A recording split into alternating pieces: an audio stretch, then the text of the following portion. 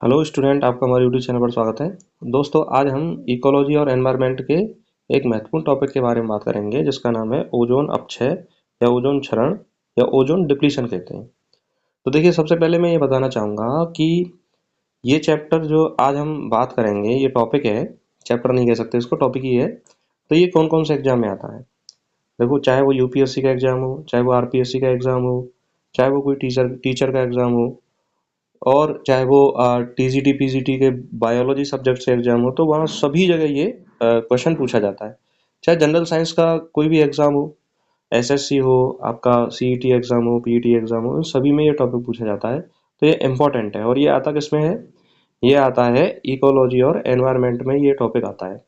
तो आपको जो इस प्लेलिस्ट में इकोलॉजी और एनवायरनमेंट वाली जो प्लेलिस्ट है, उसमें ये सभी टॉपिक जो पर्यावरण से संबंधित हैं, वो बहुत अच्छे से मिलेंगे।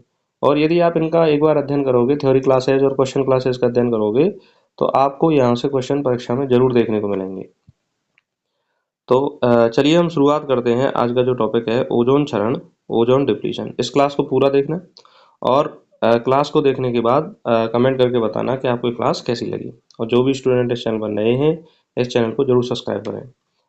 और मैं साथ ही ये कहना चाहूँगा कि जो स्टूडेंट साइंस एंड टेक्नोलॉजी की तैयारी कर रहे हैं, चाहे वो कोई भी यूपीएससी है, आरपीएससी है, तो हमने साइंस एंड टेक्नोलॉजी की बहुत सारी क्लासेस प्लेलिस्ट में डाली हुई हैं, तो उस प्लेलिस्ट पे जाके आप उन क्लासेस को देख सकते हो। तो शुरुआत करते हैं ओजोन क्षरण, ओजोन डिप्लीशन की। तो सबसे पहले हम ये जानेंगे कि ओजोन परत क्या है, ओजोन लेयर क्या है। तो देखो, ओजोन ऑक्सीजन के 3 परमाणुओं से मिलकर बना अणु है। यानी ओजोन एक मॉलिक्यूल है जिसमें कितने परमाणु होते हैं? ऑक्सीजन के 3, और इसीलिए इसका फॉर्मूला क्या होता है? O3। तो इसके फॉर्मूले से ही हमें पता चल रहा है कि इसमें कितने परमाणु हैं? 3 परमाणु हैं। अब ये ओजोन परत मिलती कहाँ पे है? देखिए, वायुमंडल की स्ट्रेटोस्फीयर, स्ट्रेटोस्फीयर परत को हम क्या कहते हैं? वायुमंडल की जो परत होती है, सबसे पहले क्षोभमंडल है, फिर समताप मंडल है, फिर मध्य मंडल है, आयन मंडल है, बहिर्मंडल है, इस तरह से परतें हैं। तो समताप मंडल को स्ट्रेटोस्फीयर कहते हैं। तो स्ट्रेटोस्फीयर जो समताप मंडल की जो ऊंचाई है, वो सामान्यतः 50 किलोमीटर तक होती है। तो उसकी जो निचली परत है, यानी समताप मंडल की ऊंचाई 10 से और 50 किलोमीटर की ऊंचाई पर ही पाई जाती है। तो उसकी जो निचली सतह है, लोअर लोअर सतह है, उस लोअर सतह में ओजोन परत पाई जाती है। ओजोन परत पाई जाती है। तो एक क्वेश्चन तो ये क्लियर हो गया कि भाई ओजोन परत मिलती कहाँ पर है। समताप मंडल की निचली सतह को हम क्या कहते हैं? ओजोन परत कहते हैं। अब ये ओजोन परत करती क्या है? तो ओजोन परत सूर्य से आने वाली हानिकारक पराबैंगनी किरणें, अल्ट्रावायलेट रेज, को अवशोषित करके पृथ्वी पर जीवन की रक्षा करती है। तो जो सूर्य का जो प्रकाश आता है, उस प्रकाश में हानिकारक पराबैंगनी किरणें होती हैं। तो उन पराबैंगनी किरणों का अवशोषण करती है ओजोन परत। तो ये क्वेश्चन के रूप में भी ये पूछ लिया जाता है कि भाई ओजोन परत क्या काम करती है? सूर्य से आने वाली जो पराबैंगनी किरणें हैं, उनका क्या करती है? ये अवशोषण करती है। अब जब ये अवशोषण करती है और पृथ्वी की क्या करती है? रक्षा करती है। इसीलिए ओजोन परत को क्या बोलते हैं? प्राकृतिक सनस्क्रीन कहा जाता है। क्या बोलते हैं इसको? नेचुरल सनस्क्रीन बोलते हैं ओजोन परत को। तो ओजोन परत पृथ्वी पर आने वाली जो हानिकारक पराबैंगनी किरणें हैं, उनसे हमारी क्या करती है? रक्षा करती है, पृथ्वी की रक्षा करती है। और ओजोन क्या है? ऑक्सीजन के 3 परमाणुओं से मिलकर बना हुआ अणु है ओजोन। और ओजोन परत कहाँ पाई जाती है? समताप मंडल की निचली परत जो होती है, उसे हम क्या बोलते हैं? ओजोन परत कहते हैं। चलिए, नेक्स्ट हम बात करते हैं ओजोन लेयर के बारे में और पढ़ें। तो देखो, ओजोन ऑक्सीजन ओजोन में बदलती रहती है। ओजोन परत का निर्माण सूर्य से आने वाली पराबैंगनी किरणों से होता है। ध्यान दीजिए, अवशोषण यानी जिन पराबैंगनी किरणों का ये ओजोन परत अवशोषण करती है, उन्हीं पराबैंगनी किरणों से ही इसका निर्माण होता है। वास्तव में जो ऑक्सीजन मॉलिक्यूल है, वो ऑक्सीजन परमाणु से मिलकर O3 बनाता है। तो वो किसकी उपस्थिति के कारण बनाता है? पराबैंगनी किरणों की उपस्थिति के कारण बनाता है। अल्ट्रावायलेट किरणें मनुष्य, पेड़ पौधे और जानवरों के लिए क्या है? हानिकारक है। ओजोन परत सूर्य से आने वाली हानिकारक पराबैंगनी किरणों को सोख लेती है, अवशोषण कर लेती है। और एक इम्पोर्टेंट पॉइंट है कि ओजोन परत की खोज फ्रेंच भौतिक शास्त्री चार्ल्स फैब्री और हेनरी बुसन ने की थी।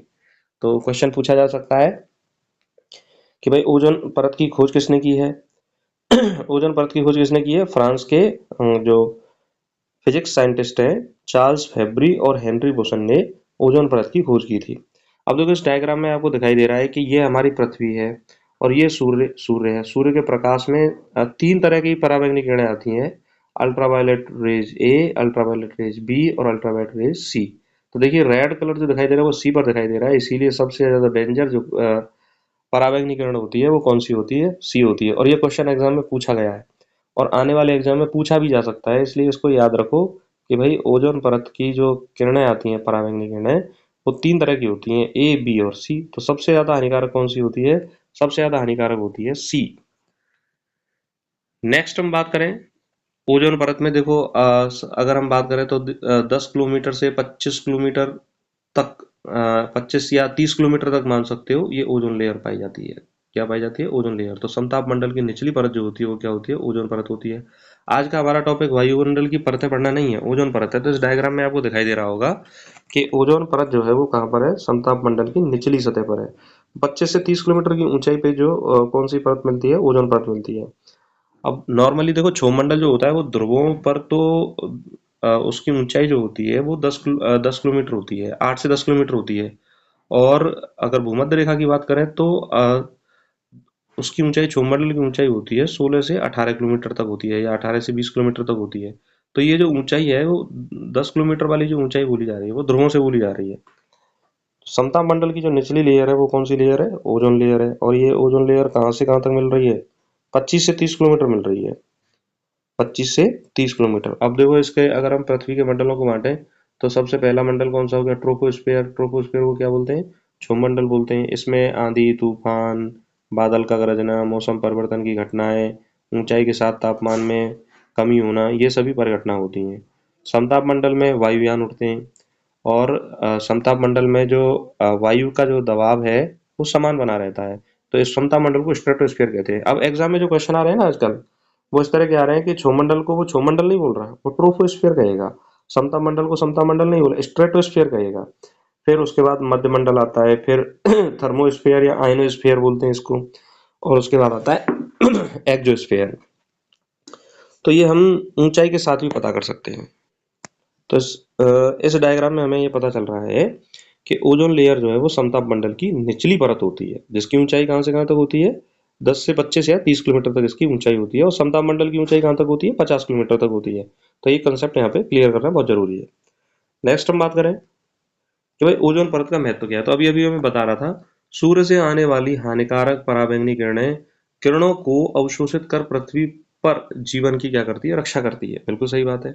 विशेष रूप से यह अल्ट्रावायलेट रेज बी और अल्ट्रावायलेट रेज सी नामक किरणों के प्रकाश के हिस्से को अवशोषित करती है। किसे अवशोषित करती है? ये अल्ट्रावायलेट रेज बी और अल्ट्रावायलेट रेज सी। तो इसको अवशोषित करती है। तो सब, अब बात आती है कि सबसे ज्यादा हानिकारक कौन सी है? सी वाली। और बी भी हानिकारक होती है, जो मनुष्यों, जानवरों और पौधों के लिए अत्यधिक हानिकारक होती हैं। इसे पृथ्वी का सुरक्षा कवच भी कहा जाता है। तो देखिए दूसरा नाम मिल गया। इसको प्राकृतिक सनस्क्रीन भी बोलते हैं और इसको क्या बोलते हैं? पृथ्वी का सुरक्षा कवच भी बोलते हैं। किसको? ओजोन लेयर को। क्वेश्चन नॉर्मली पूछा जा सकता है कि भाई किस परत को पृथ्वी का सुरक्षा कवच कहा जाता है? तो पृथ्वी का सुरक्षा कवच किसे कहा जाता है? ओजोन लेयर को पृथ्वी का सुरक्षा कवच कहा जाता है। अब मैं अभी अभी डायग्राम में मैं बता रहा था कि आपको तीन तरह की पराबैंगनी किरणें आती हैं। पहली तरह की पराबैंगनी किरण कौन सी है? Ultraviolet rays A. दूसरी तरह की कौन सी है? Ultraviolet rays B. और तीसरी तरह की कौन सी है? Ultraviolet rays C. Ultraviolet rays A कम हानिकारक होती है और यह पृथ्वी तक पहुंच जाती है। तो अब जब हानिकारक नहीं है और पृथ्वी पर आ रही है तो हमें कोई नुकसान नहीं है। अल्ट्रावायलेट रेज बी अत्यधिक हानिकारक होती हैं, ओजोन परत द्वारा आंशिक रूप से अवशोषित की जाती हैं। और यदि ये पृथ्वी पर आती हैं तो त्वचा का कैंसर और मोतियाबिंद का कारण बनती हैं। अब ये जो मोतियाबिंद होता है, इस मोतियाबिंद का एक विशेष नाम दिया हुआ है स्नो ब्लाइंडनेस। क्या नाम दिया? हिम अंधता। इसको क्या बोलते हैं? हिम अंधता। इस, अगर हम ओजोन परत की पराबैंगनी किरणों से अगर मोतियाबिंद होता है तो उसका नाम दिया गया है हिम अंधता। ये इंपॉर्टेंट है, ये नाम आपको परीक्षा में देखने को मिल सकता है। इसको स्नो ब्लाइंडनेस कहते हैं। और अल्ट्रावायलेट रेज सी सबसे ज्यादा हानिकारक है, पूरी तरह से ओजोन परत द्वारा अवशोषित हो जाती है। तो यहाँ पर हम डायग्राम में भी देखेंगे तो कितने तरह की पराबैंगनी किरणें आ रही हैं? तीन तरह की, ultraviolet rays A, ultraviolet rays B और अल्ट्रावायलेट रेज सी। सबसे कम हानिकारक कौन सी होती है? ए होती है। तो क्वेश्चन ये भी पूछा जा सकता है आपसे कि भाई कितने प्रकार की पराबैंगनी किरणें सूर्य के प्रकाश में पृथ्वी तक आती हैं? तो कितने तरह की आती हैं? 3 तरह की। और सबसे ज्यादा हानिकारक कौन सी है? अल्ट्रावायलेट रेज सी, और सबसे कम अल्ट्रावायलेट रेज ए। तो देखो इस तरह से क्वेश्चन जो परीक्षा में बन सकता है और पूछा भी जा सकता है। नेक्स्ट हम बात करें, देखो यहाँ पे हम डायग्राम में देख रहे हैं कि रेड कलर जो है किस पे लगा हुआ है? अल्ट्रावायलेट रेज सी पे सबसे ज्यादा खतरनाक, सबसे कम अल्ट्रावायलेट रेज ए, और जो अल्ट्रावायलेट रेज जो बी है, पराबैंगनीकरण बी है, वो भी क्या है? खतरनाक होती है। तो ये तो ए तो है पृथ्वी तक पहुंच रही है, बी कम मात्रा में पहुंचती है पृथ्वी पर, और सी को पूरी तरह से क्या कर लिया जाता है? अवशोषित कर लिया जाता है, क्योंकि ये सबसे ज्यादा हानिकारक है। अब इस डायग्राम में देखिए यहाँ पर हमें दिखाई दे रहा है कि इधर तो डॉबसन यूनिट बता रहा है, ये डी यू, और इधर है किलोमीटर, इधर क्या है? किलोमीटर। इस डायग्राम को यदि हम पढ़ने का प्रयास करें तो इस डायग्राम से हमें एक चीज पता चलती है कि भाई पराबैंगनी किरणों की जो शुरुआत है, यानी ओजोन लेयर की जो शुरुआत है, वो कहाँ पर होती है? तो देखिए 10 किलोमीटर के बाद होती है, और सामान्यतः 30 किलोमीटर तक होती है, इस दायरे में होती है, इसकी सांद्रता में। और डॉबसन यूनिट इंपॉर्टेंट है ओजोन परत की मोटाई को। एक क्वेश्चन पूछा जाता है कि ओजोन परत की मोटाई को किस इकाई में मापा जाता है? अब जैसे ऐसे समझ सकते हो कि भाई किलोग्राम वजन की इकाई हो गई, मीटर दूरी की इकाई हो गई। ऐसे ही ओजोन परत की मोटाई को किस में मापा जाता है? डॉबसन यूनिट में मापा जाता है। इसका नाम क्या है? डॉबसन डॉबसन यूनिट इसका नाम है। तो डॉबसन यूनिट में ओजोन परत की मोटाई को मापा जाता है। तो इस डायग्राम का उद्देश्य केवल आपको यही सिखाना है, ये डायग्राम पढ़ाना नहीं है, कि ओजोन परत की मोटाई को किस में मापा जाता है? डॉबसन यूनिट में ओजोन परत की मोटाई को मापा जाता है। और देखो ये इस डायग्राम में हमें ये दिखाई दे रहा है, व्हाइट कलर की है, व्हाइट कलर से ओजोन परत को डिनोट किया गया है। और यह ओजोन परत जो है वो सी को तो पूरी तरह अवशोषित करती है, बी थोड़ी मात्रा में पृथ्वी पे आती है, और ये हमारी क्या हो गई? अर्थ हो गई। और ए जो है अल्ट्रावायलेट रेज ए पृथ्वी तक पहुंच जाती है। तो जो हानिकारक है उनको अवशोषित कर लिया जाता है। ये नेचर की व्यवस्था है और पृथ्वी को बचाने का एक तरीका है। इसीलिए कहते हैं कि भाई हमें कोई भी कार्य ऐसा नहीं करना चाहिए जिससे नेचर के या प्रकृति के साथ कोई खिलवाड़ हो और वो आने वाले समय में हमारे लिए क्या बन जाए? नुकसानदायक बन जाए। नेक्स्ट हम बात करें, देखिए इस डायग्राम से हम अच्छे से समझ सकते हैं कि अल्ट्रावायलेट रेज ए 5% अवशोषित होती है और बाकी 95% नीचे आ जाती है। अल्ट्रावायलेट अल्ट्रावायलेट रेज बी 95% क्या उसे अवशोषित होती है, बाकी 5% नीचे आती है। और अल्ट्रावायलेट रेज सी 100% इसको एब्जॉर्व कर लिया जाता है और बिल्कुल भी नीचे नहीं आती है। तो थोड़ा अगर डीप क्वेश्चन पूछा कि सबसे ज्यादा, यार परसेंटेज में भी अगर पूछ लिया, लैंग्वेज बना के क्वेश्चन पूछ लिया, तो यहाँ से ये क्वेश्चन सॉल्व हो सकता है। तो 95% तक, 5% तक अवशोषण होता है ए का, और 95% तक अवशोषण होता है बी का, और सी जो है वो 100% अवशोषित कर ली जाती है। नेक्स्ट हम बात करें ओजोन परत की संरचना और उसका निर्माण कैसे होता है। देखो सूर्य से आने वाली पराबैंगनी किरण जो सी है, वो ऑक्सीजन अणु से टकराती है। अब उस ऑक्सीजन अणु को टकराती है तो वो ऑक्सीजन परमाणु में तोड़ देती है। जैसे O2 है, O2 से अल्ट्रावायलेट रे सी टकराई, और अल्ट्रावायलेट रे जो सी है ये टकराकर इसको 2 परमाणुओं में क्या कर देगी? परिवर्तित कर देगी। अब ये एक एक परमाणु जो है वो ऑक्सीजन से क्रिया करेगा, ऑक्सीजन से मिलकर क्या बना लेता है? ओजोन बना लेता है, ओजोन गैस। और इसकी जो परत बनती है, इसकी परत बनती है ओजोन गैस की, उसे हम क्या बोलते हैं? ओजोन परत बोलते हैं। यह एक गतिशील संतुलन बनाए रखता है, लेकिन जब मानव निर्मित रसायन इसमें हस्तक्षेप करते हैं तो यह संतुलन टूट जाता है। यानी ओजोन लेयर में इस तरह की रासायनिक अभिक्रिया होती रहती है, लेकिन मानव निर्मित क्रियाओं के द्वारा, रसायनों के द्वारा जब वो वहां पहुंच जाते हैं समताप मंडल में, तो उसके द्वारा ये क्रम टूट जाता है और ओजोन परत का क्षरण होने लगता है। तो इसका ये मेन कारण है कि भाई इस प्रोसेस में कहीं भी गड़बड़ी हो जाए तो ओजोन परत की मोटाई में क्या होने लग जाती है? कमी होने लग जाती है। और उसी ओजोन परत की मोटाई को क्या बोलते हैं? ओजोन क्षरण कहते हैं। देखो यहाँ पे हम डायग्राम के माध्यम से समझ सकते हैं कि ये सूर्य है, सन है। इस सन से क्या निकल रही है? पराबैंगनी किरणें निकल रही हैं। अब पराबैंगनी किरण किससे टकराई? ऑक्सीजन अणु से, तो ये परमाणु बन गए। और ये परमाणु ऑक्सीजन अणु से मिलकर क्या बना लेते हैं, ओजोन गैस बना लेते हैं। और इस फॉर्मूले के द्वारा भी हमें पता चल रहा है, और जस्ट मैंने अभी आपको बताया ही है कि भाई किस तरह से ये प्रक्रिया होती है। अब नेक्स्ट बात करें, ओजोन डिप्लीशन क्या है। अभी अभी मैं बता रहा था कि ओजोन डिप्लीशन का अर्थ है कि ऊपरी वायुमंडल में पृथ्वी की ओजोन परत का धीरे धीरे पतला होना। तो ओजोन परत है, अब मानवीय रसायनों के द्वारा ऐसा हो रहा है, और मानवकृत जो रसायन हैं वो समताप मंडल में जाते हैं और वहां पर ओजोन परत की मोटाई को क्या करते हैं, कम करते हैं। ये भी हम देखेंगे कैसे कम होती है। तो ओजोन परत का धीरे धीरे पतला होना ही क्या है, ओजोन डिप्लीशन है। इसमें समताप मंडलीय ओजोन की सांद्रता में उल्लेखनीय कमी आती है, और इसी प्रक्रिया को हम बोलते हैं ओजोन अपक्षय या ओजोन रिक्तीकरण। उससे जो जहां पर ओजोन परत पतली होती है वहां पर एक छिद्रनुमा संरचना बनती है। उस छिद्रनुमा संरचना को ओजोन होल कहते हैं। क्या बोलते हैं, ओजोन होल। ओजोन होल पृथ्वी के ध्रुवीय क्षेत्र विशेषकर अंटार्कटिका में, कहाँ बनता है, ये अंटार्कटिका में बनता है, के आसपास समताप मंडलीय ओजोन में बसंत ऋतु में अत्यधिक कमी आती है, और इस कमी को हम बोलते हैं ओजोन छिद्र। तो ये प्रोसेस जो है वो ओजोन परत की मोटाई में कमी का प्रोसेस है, वो कब हो रहा है, बसंत ऋतु में हो रहा है। कब हो रहा है, ये बसंत ऋतु में हो रहा है। और बसंत ऋतु में जो अत्यधिक कमी आ रही है, मोटाई में कमी आ रही है, उस कमी को हम क्या बोल रहे हैं, ओजोन छिद्र बोल रहे हैं।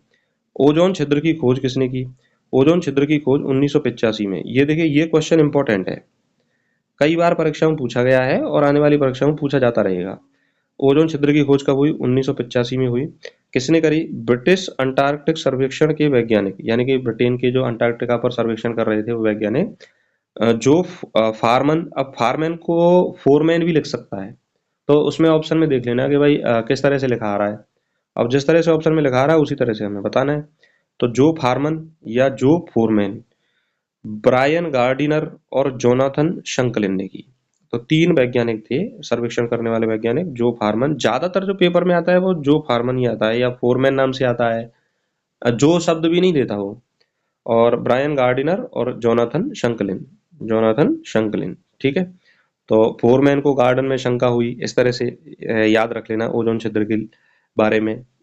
तो फोरमैन और गार्डिनर और शंकलिन कब खोजे हुई ओजोन छिद्र की, 1985 में ओजोन छिद्र की खोज हुई। और ओजोन परत की मोटाई में जो कमी आ रही है उसको हम ओजोन छिद्र कह रहे हैं, और इस प्रक्रिया को हम क्या बोलते हैं, ओजोन अपक्षय कहते हैं। अब ओजोन अपक्षय के प्रमुख कारण क्या हैं भाई, क्या कारण है कि ओजोन परत की मोटाई में कमी आ रही है। सबसे पहले है कृत्रिम रसायनों के कारण। कृत्रिम रसायनों में सबसे मोस्ट इंपॉर्टेंट जो रसायन है ओजोन परत की मोटाई में कमी करने का, वो सबसे सर्वाधिक जो उत्तरदायी एग्जाम मतलब रसायन है वो है क्लोरोफ्लोरोकार्बन। ये सबसे प्रमुख ओजोन क्षयकारी पदार्थ, ओडीएस, ओजोन डिप्लीटिंग सबस्टेंस है। तो सबसे प्रमुख कौन सा है, क्लोरोफ्लोरोकार्बन। इसका फॉर्मूला होता है CF2Cl2। इसका फॉर्मूला होता है, इसको CFC12 भी कहा जाता है। तो क्लोरोफ्लोरोकार्बन सबसे महत्वपूर्ण है। जैसे ग्लोबल वार्मिंग की मुख्य उत्तरदायी गैस कौन सी है, कार्बन डाइऑक्साइड, ऐसे ही क्लोरोफ्लोरोकार्बन जो है वो ओजोन परत की मोटाई का प्रमुख कारण है।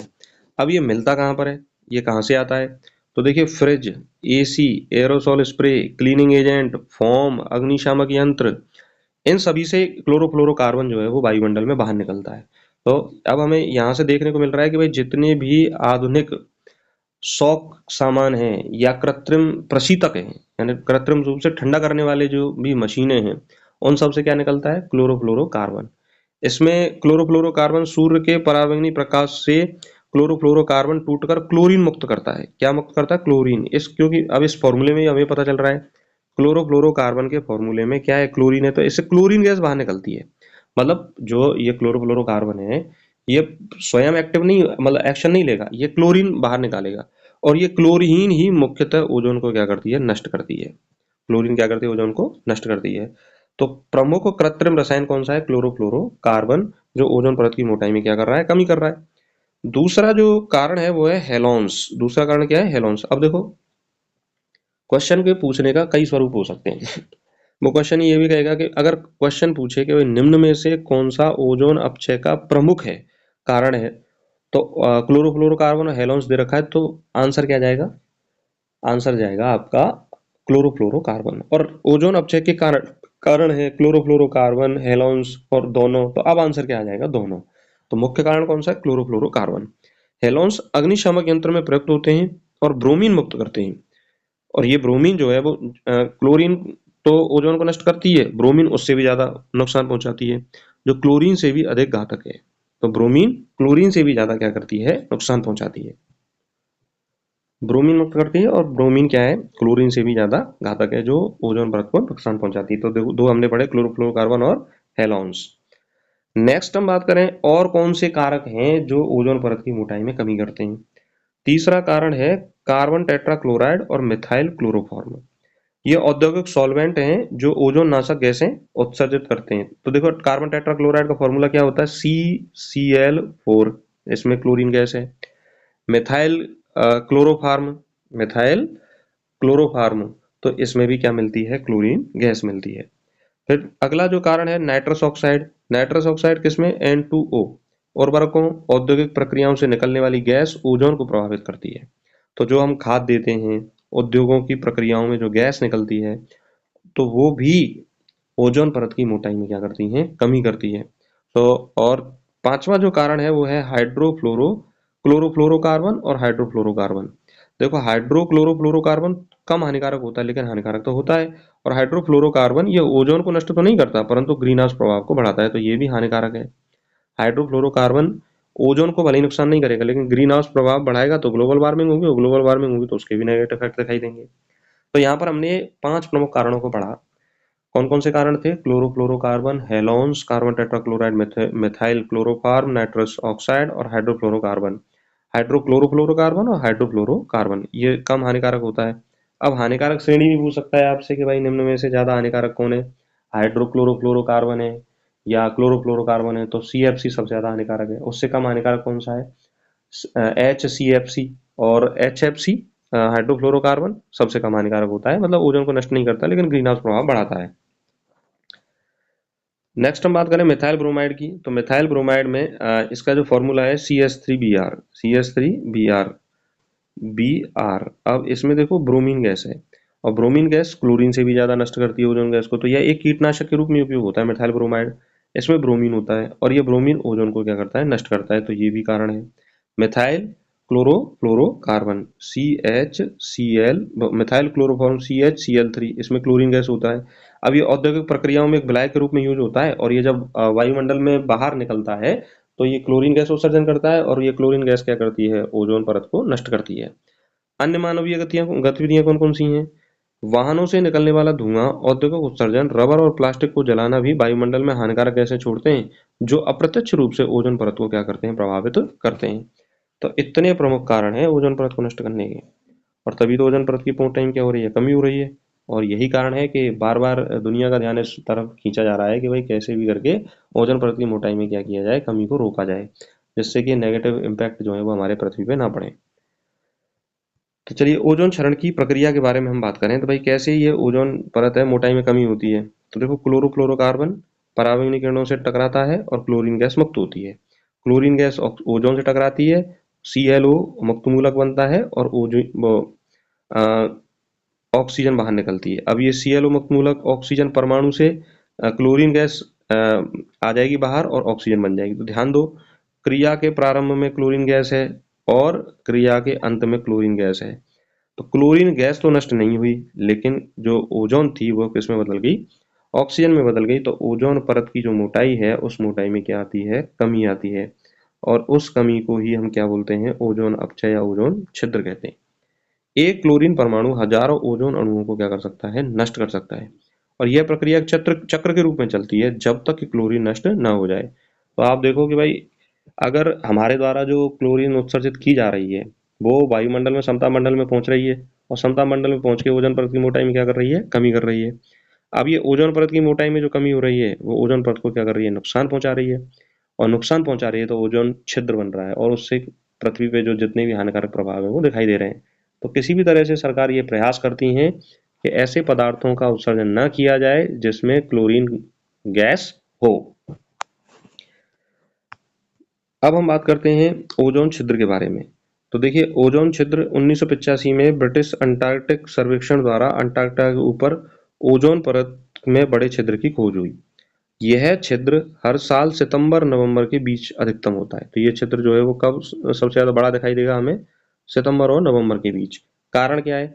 अंटार्कटिका में सर्दियों में polar stratospheric clouds, polar stratospheric cloud मतलब समताप मंडल में सर्दियों में ध्रुवों पर बादल बनते हैं, जिन पर रासायनिक अभिक्रियाएं तेज होती हैं। बादलों पर रासायनिक अभिक्रिया क्या होती है? क्योंकि रासायनिक अभिक्रिया होने के लिए स्थान मिल जाता है, तो रासायनिक अभिक्रिया तेज होती हैं। जो रासायनिक अभिक्रिया तेज होगी तो वो छिद्र भी क्या होगा? बड़ा दिखाई देगा, क्योंकि क्लोरीन गैस जो है वो ज्यादा सक्रियता से कार्य करती है और ओजोन परत को क्या करने लग जाती है? पतला करने लग जाती है। तो छिद्र कैसा हो जाएगा? बड़ा हो जाएगा। तो ये ओजोन छिद्र जो है वो बड़ा दिखाई देता है। देखो इस तरह से इस डायग्राम में हम देख रहे हैं कि भाई ओजोन छिद्र जो है वो ये वाला जो हिस्सा है वो ओजोन छिद्र के रूप में दिखाई दे रहा है, और ये 1998 का लिया गया चित्र है जो ओजोन छिद्र को क्या है बता रहा है। देखिए वैसे तो नौ पृथ्वी इस तरह की है, लेकिन जहां पर ओजोन परत की मोटाई में कमी है तो वो छिद्र सीधा इस तरह से दिखाई देता है, और ये सर्दियों के दिनों में ज्यादा दिखाई देता है और अंटार्कटिका वाले क्षेत्र में दिखाई दे रहा है। ये अंटार्कटिका वाला क्षेत्र है और ये अंटार्कटिका में सबसे ज्यादा ये ओजोन छिद्र दिखाई देता है। तो यहाँ से हम इस डायग्राम से भी समझ सकते हैं। नेक्स्ट हम बात करें ओजोन क्षरण के प्रभाव क्या पड़ते हैं। देखो मानव स्वास्थ्य पर क्या प्रभाव पड़ता है। त्वचा कैंसर, त्वचा कैंसर की संभावना बनती है। देखो अल्ट्रावायलेट रेज भी जो होती है वो डीएनए को क्षति पहुंचाती है, जिससे त्वचा कैंसर, जिसमें basal cell carcinoma, squamous cell carcinoma, घातक मेलानोमा का खतरा बढ़ जाता है। यानी त्वचा कैंसर बढ़ने की संभावना रहती है अगर पराबैंगनी किरण बी पृथ्वी पे आती है तो। दूसरा मोतियाबिंद, मोतियाबिंद में अभी आपको बता रहा था कि आंख का जो कॉर्निया होता है वो पराबैंगनी किरणों के लिए ज्यादा शुभग्राही होता है। तो जब ये पराबैंगनी किरण पृथ्वी पे आएगी तो आंखों को नुकसान पहुंचाएगी, जिससे मोतियाबिंद होगा, आंखों के लेंस का धुंधलापन और अन्य नेत्र विकार जैसे फोटो कैटाइटिस, बर्फीला अंधापन, या इसी को स्नो ब्लाइंडनेस या हिम अंधता भी कहते हैं। तो ये हिम अंधता जो टर्म है वो आपको पेपर में देखने को मिल सकती है। फिर ओजोन परत की, ओजोन जो किरणें हैं, पराबैंगनी किरणें हैं, ये अगर पृथ्वी पे आती हैं तो प्रतिरक्षा प्रणाली में क्या होगी? कमी होगी। सनबर्न और जल्दी बुढ़ापे के लक्षण हमें दिखाई देंगे। तो ये प्रभाव तो पड़ते हैं मानव स्वास्थ्य पर। ये प्रभाव किस पे पड़ते हैं? मानव स्वास्थ्य पर। अगर हम वनस्पति पे प्रभाव देखें तो कृषि में फसलों की पैदावार में क्या आती है? कमी आती है। भाई फसलों जो है वो कम पैदावार देंगी। पौधों की वृद्धि पर प्रभाव पड़ता है, पौधे अच्छी तरह से वृद्धि नहीं करेंगे और खाद्य श्रृंखला का चक्र टूटता है। तो ये वनस्पति पर प्रभाव पड़ता है। पारिस्थितिकी पर प्रभाव क्या पड़ता है? समुद्री फाइटोप्लैंक्टन का नाश हो जाता है। फाइटोप्लैंक्टन मतलब छोटे छोटे जो पादप होते हैं समुद्र में, जिनका छोटे जल जीव जो है वो उनका भक्षण करते हैं, तो वो नष्ट हो जाएगा तो जल जीवों पर क्या प्रभाव पड़ेगा? उनका भोजन खत्म हो जाएगा तो वो भी मरने लग जाएंगे। पारिस्थितिक तंत्र, इकोसिस्टम जो है असंतुलित हो जाता है। वायुमंडलीय प्रभाव क्या होंगे? जलवायु परिवर्तन बढ़ जाता है। अब जलवायु परिवर्तन बढ़ेगा तो फसल चक्र पे प्रभाव पड़ेगा, मानव जीवन पर प्रभाव पड़ेगा, और तापमान असंतुलित हो जाता है। तापमान जो है वो, भाई पराबैंगनी किरण आएगी तो पृथ्वी पर तापमान में क्या करेगी? वृद्धि करेगी, ग्लोबल वार्मिंग में अपना सहयोग देगी। तो ये प्रभाव पड़ते हैं। अब ओजोन परत की मोटाई में क्या हो रही है? कमी हो रही है। तो इसकी रोकथाम के लिए अंतर्राष्ट्रीय स्तर पर क्या क्या प्रयास किए गए? सबसे पहला प्रयास किया गया वियना सम्मेलन। सबसे पहला प्रयास कौन सा किया गया? वियना सम्मेलन 1985 में। ये ईयर पूछी जाती है कब हुआ था। ओजोन परत की सुरक्षा हेतु पहली वैश्विक पहल थी वियना सम्मेलन। दूसरा जो प्रयास किया गया महत्वपूर्ण, मॉन्ट्रियल प्रोटोकॉल 1987 में प्रयास किया गया। इसमें क्लोरोफ्लोरोकार्बन सहित 100 से भी ज्यादा ओजोन डिप्लीशन सबस्टेंस रसायनों को प्रतिबंधित किया गया कि भाई 100 से भी ज्यादा ऐसे रसायन जिसमें क्लोरीन गैस पाई जाती है, ब्रोमीन पाई जाती है, उन सभी रसायनों पर रोक लगाई गई। और इसमें प्रमुख जो पदार्थ था वो कौन था? क्लोरोफ्लोरोकार्बन था। तो इसका उद्देश्य क्या था? ओजोन परत की मोटाई में कमी को रोकना। किगाली संशोधन, अब देखिए मॉन्ट्रियल प्रोटोकॉल के जो नियम थे उसमें किगाली में सन 2016 में संशोधन किया गया। हाइड्रोफ्लोरोकार्बन के उपयोग को सीमित करने का लक्ष्य है, क्योंकि पहले मतलब मॉन्ट्रियल प्रोटोकॉल में ये सुझाव दिया गया कि क्लोरोफ्लोरोकार्बन तो नुकसान पहुंचाता है ओजोन परत को, तो इसकी जगह हम हाइड्रोफ्लोरोकार्बन का यूज कर सकते हैं। तो आप देख रहे होंगे कि भाई नए नए जो फ्रिज आ रहे हैं उसमें क्लोरोफ्लोरोकार्बन की जगह हाइड्रोफ्लोरोकार्बन गैस भरी जाती है। अब उसका भी देखा गया कि भाई ये ओजोन परत को नुकसान तो नहीं पहुंचा रही, लेकिन ग्लोबल वार्मिंग में क्या कर रही? नुकसान पहुंचा रही है। तो इसको भी क्या किया जाए? कम किया जाए। तो ये किस में बात की गई? किगाली संशोधन में बात की गई। अब इनके बारे में हम थोड़ा डिटेल में जाने। मॉन्ट्रियल प्रोटोकॉल कब हुआ? 1987 में हुआ, कनाडा के मॉन्ट्रियल शहर में। यह ओजोन परत को नुकसान पहुंचाने वाले पदार्थों के उत्पादन और उपभोग को नियंत्रित करने के लिए एक ऐतिहासिक अंतर्राष्ट्रीय संधि है। इसे विश्व का, देखिए इंपॉर्टेंट बात है, इसे विश्व का सबसे सफल प्रोटोकॉल माना जाता है, जिस पर 197 देशों ने हस्ताक्षर किए हैं।